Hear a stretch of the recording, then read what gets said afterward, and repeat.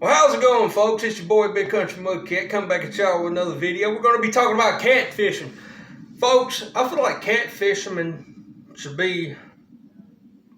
there should be more tournaments out there, in my opinion. You know, because a lot of people, they're only focused on bass during these tournaments.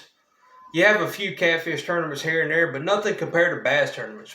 But we're not going to sit there and talk about catfishing tournaments. We're just going to be talking about catfish in general. Now, I know a lot of these guys, they use their fancy $600 reels and poles set up. But I'm here to tell you, folks, you don't need that kind of equipment to catch these big fish. I'm going to tell you right now, I got me a loose Cat Daddy's reel right here that you can get from Walmart for about 20, 25 bucks. It's got the line already on there. I switched my line out, all right? Now, this is a medium action rod here. And I love this rod. It can hold a 20-pound line. Alright? 20-pound test line. I love this reel and rod. And I've caught big fish on these rods. Alright, and here's what I do for my catfish setup here. Alright, I'm going to show y'all what I do. I take me an egg sinker, a little sliding egg sinker right here, do a Carolina rig. I keep a bead right there, so whenever it slides up and down, it kind of gives my line, kind of keeps it, and keeps it from, shredding up a little bit. Makes that line last a little longer. And then as my leader, I usually use braid. And the reason why I use braid, this ain't braid by the way, but I like using braid because I feel comfortable. With monofilament line, it stretches so far before it breaks, where braid, I feel like don't have a, no breaking point at all. Like monofilament does, it stretches. It can only stretch so far before the line finally pops, where braid kind of keeps its strength. But anyway, here's my little, I don't forget what kind of hook this is. Could be a Yamakatsu, could be Team Catfish, but I believe it's an 8/0 circle hook. And I think I got a snell knot in there. But I like fishing Carolina rig. I always have.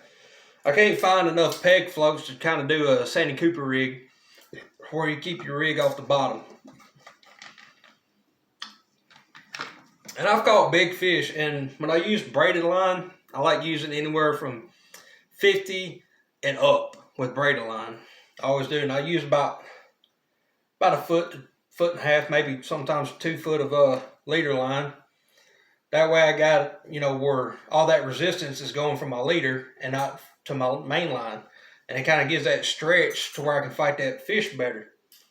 And you ain't got to have a boat to catch big fish. All a boat does is help you get around a lot quicker to where you couldn't get on land. That's all it is to it. Fishing in general can be a hassle. I know a lot of people out there, especially professional fishermen, they like to use fresh bait, but I'm here to tell you, folks, you can catch catfish on frozen baits as well. Whether it be skipjack, threadfin shad, gizzard shad, frozen bluegill, whatever is legal in your area and that these fish are feeding on, they will bite it. All right. About a week or two ago, I was using just a small, very small square piece of frozen skipjack one morning, fishing off a dock, and I caught a big old flathead. Probably weighed, I'm just going to estimate it because I didn't have my scales. The estimated weight, probably 25, 30 pounds. It's a big flathead. But folks, you don't need a fancy rod to catch fish. Okay? It has nothing to do about a reel setup. Alright?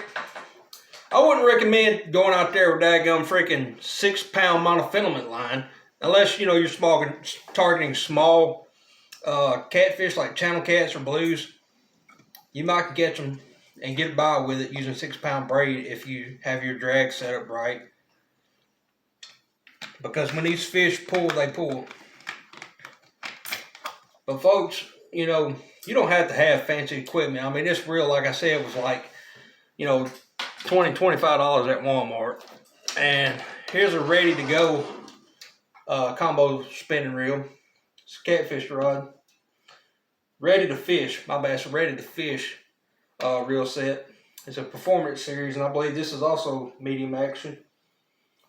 And it can hold up to, let's see, bear with me, y'all. Here we go. 30 pounds. It can hold up 30 pounds of line.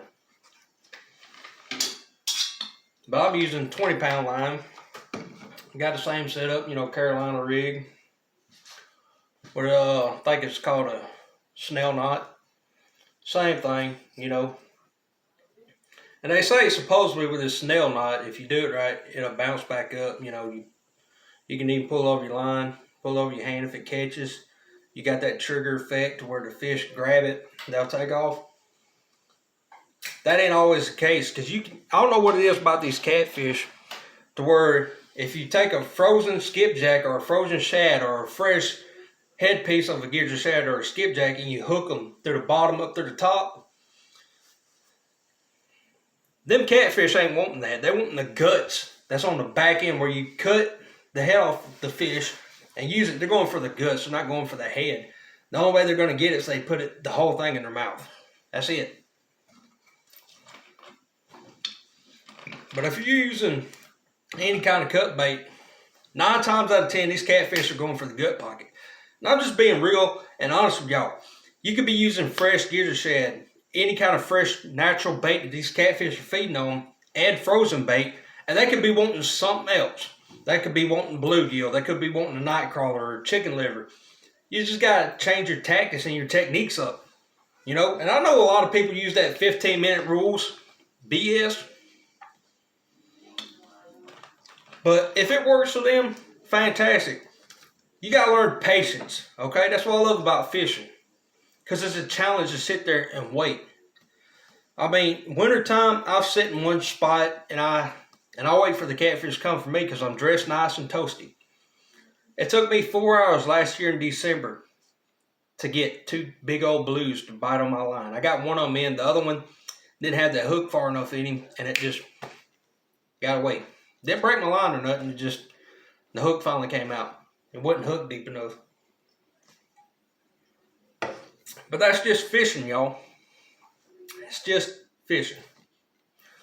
You don't have to. I know a lot of these people on YouTube, when they talk about fishing, they say, oh man, the best way to go was to get yourself a Harbu Garcia or a Tame Catfish rod and reel or Catfish Umo rod and reel or the Whisker Seeker rod and reel.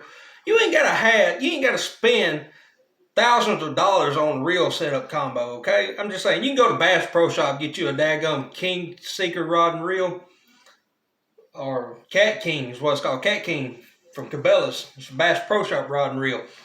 That thing costs us about $40. I'd rather spend $40 than hundreds of dollars on just a reel and have to go find a rod for it or a combo set. Just saying, you don't need all that fancy equipment to go out there and target these big fish. As long as you tie your lines right, you're good to go. And I advise anybody, this is just my opinion, I'm just trying to help y'all out. Like I said, this main line right here is 20-pound Berkley Big Game. All right, 20 pounds. Got a barrel swivel.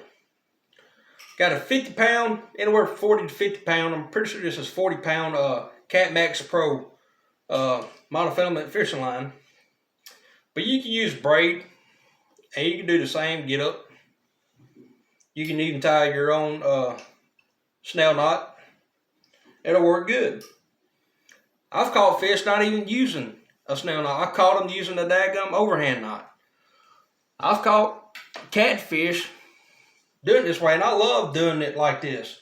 Because when them catfish are fighting, they're pulling on that leader and not the main line. If they was pulling on that main line, you would have been done, been broke off.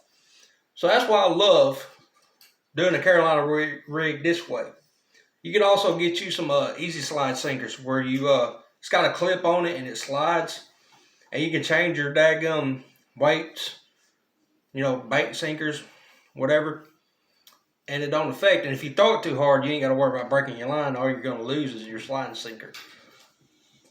But y'all ain't gotta have this fancy equipment to catch these big fish with.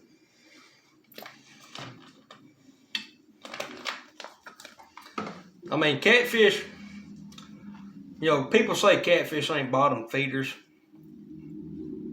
I have to disagree with them. Yeah, I mean, yeah, they can come up in the shallow water and feed.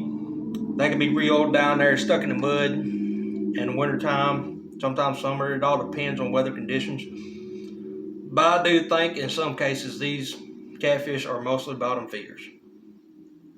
I mean, you can try to suspend fish a little bit, but they're probably going to be that far, maybe that far off the bottom. It all depends on what's going on. I mean, summertime, when it's real hot out, I'm already thinking in my head, you know, when you first walk into a lake, river, it's hot when you walk into that water. But as you go like maybe 5 feet out there, it starts to cool off a little bit. And I think the same principle applies for catfish. They're going to be deeper in the water where it's cooler. And that's where they're going to be. Nighttime when it cools off in the summer, it can vary. You know, they can be shallow, they can be deeper. It all depends on where they feel comfortable and where it's cooler at. Simple as that. And you can be where the bait fish are. Like I've been fishing where the bait fish are off of drop-offs, and there's an underneath bridge with a little tunnel. And I throw my catch net out, and I've caught gizzard shad and all these other bait fish that these catfish are feeding on, and I would throw it right in front of them. I would get hit. Like they would literally go off and try to take my pole in the water. I reel down on them, I miss them. You know, and I've got different size hooks that these catfish are biting on. They say summertime is hard on catfish, you know, but it is what it is. You know, a lot of these professionals out there that are targeting catfish, they have a sonar that tells them where the fish are, tells them where the bait fish are, tells them how deep the water is and all that other stuff. Okay, that can help you be a better fisherman. Not gonna lie, it can help you out. All right, but when you're a bank fisherman and it's overpopulated with people and boats and you don't have that much to travel to get to, you're gonna have to be stuck with what you got, because it's kind of hard to reach some of these areas where these banks at. Because some of these banks are drop-offs where it's like, you know, right then and there, 20 foot deep, you know. It's kind of hard. But all you got to do is get out there, put some hooks in the water. Sometimes you'll catch them and wear them out. Other days you won't. Y'all be good. Y'all be safe. Y'all be careful. Instead of holding the phone in your hand or playing an Xbox, take your family out. Go catch some fish. Holler at y'all later. Y'all be safe. Y'all be careful. Go catch you a kitty kitty.